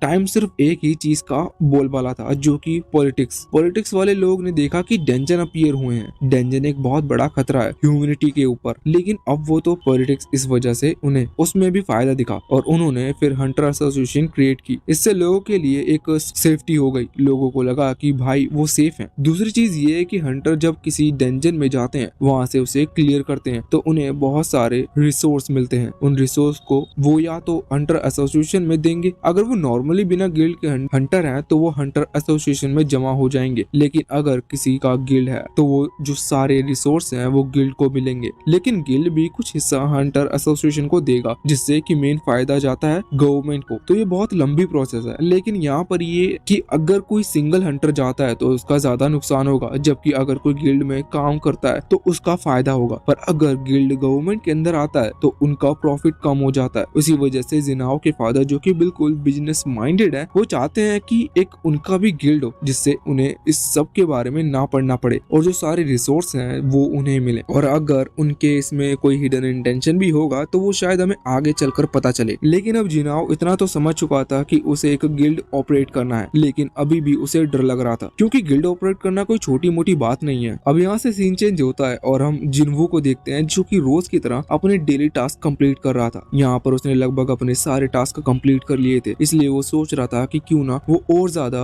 एक्सरसाइज करे, जिससे कि शायद उसे वो मिस्ट्री बॉक्स फिर से मिल सके। लेकिन ऐसा नहीं होता, क्योंकि अब उसके जो टास्क थे वो उतने ही नंबर पर अटक चुके थे। वैसे अब जब वो बैठा था उसे जानने को मिलता है कि उसके पास एक मिस्ट्री बॉक्स ऑलरेडी है, लेकिन जब वो उसे ओपन करता है तो उसके अंदर से फिर से एक बिंगो कार्ड निकलता है, जो कि पहले से खेला हुआ था। इस वजह से वो उसके किसी काम का नहीं है। और वैसे भी अगर वो खेला हुआ ना भी होता तो भी उसका वो क्या करता, जिन्वू को इससे कोई फर्क नहीं पड़ता, क्योंकि ये जो मिस्ट्री बॉक्स है ये रैंडम लूट बॉक्स है। जिन्वू को उम्मीद थी कि इनमें से शायद वो मिस्ट्री की निकल जाए या फिर कुछ और दूसरी चीज निकल जाए, लेकिन उसके चांस 0.01% है। वैसे अब इसके बाद वो वहाँ से चलना शुरू कर देता है। रास्ते में जाते वक्त वो अपने स्टेटस विंडो को चेक कर रहा था, जहाँ उसे जानने को मिलता है कि इन डेली टास्क की वजह तो उसे 3 पॉइंट मिलते हैं, जिनका यूज वो नॉर्मल या रोज की तरह स्ट्रेंथ या फिर नॉर्मल नॉलेज बढ़ाने में इन चीजों को में यूज करता है। पर वो अभी ये बात जानता है कि रोज 3-3 पॉइंट लेने से कोई फर्क नहीं पड़ने वाला, इससे वो और ज्यादा स्ट्रॉन्ग नहीं बनेगा या फिर उसे बहुत ज्यादा टाइम लगेगा। उसे जल्द से जल्द किसी डंजन को जाकर क्लियर करना होगा, क्योंकि वहाँ पर पहुँचने से उसका लेवल और साथ ही उसके डेली टास्क की लिमिट बढ़ जाती है, क्योंकि वहाँ पर एक सेंटीपीड मॉन्स्टर जिसे जिन्वू हरा चुका है। इसका मतलब वो फिर से उसे हरा लेगा, लेकिन फिर उसे याद आता है कि जब वो उसे हरा चुका है तो इसका मतलब उसे हराने पर फिर से उसे कुछ अच्छे रिवॉर्ड नहीं मिलेंगे। अब इसके बाद वो फिर से आगे बढ़ना कंटिन्यू करता है,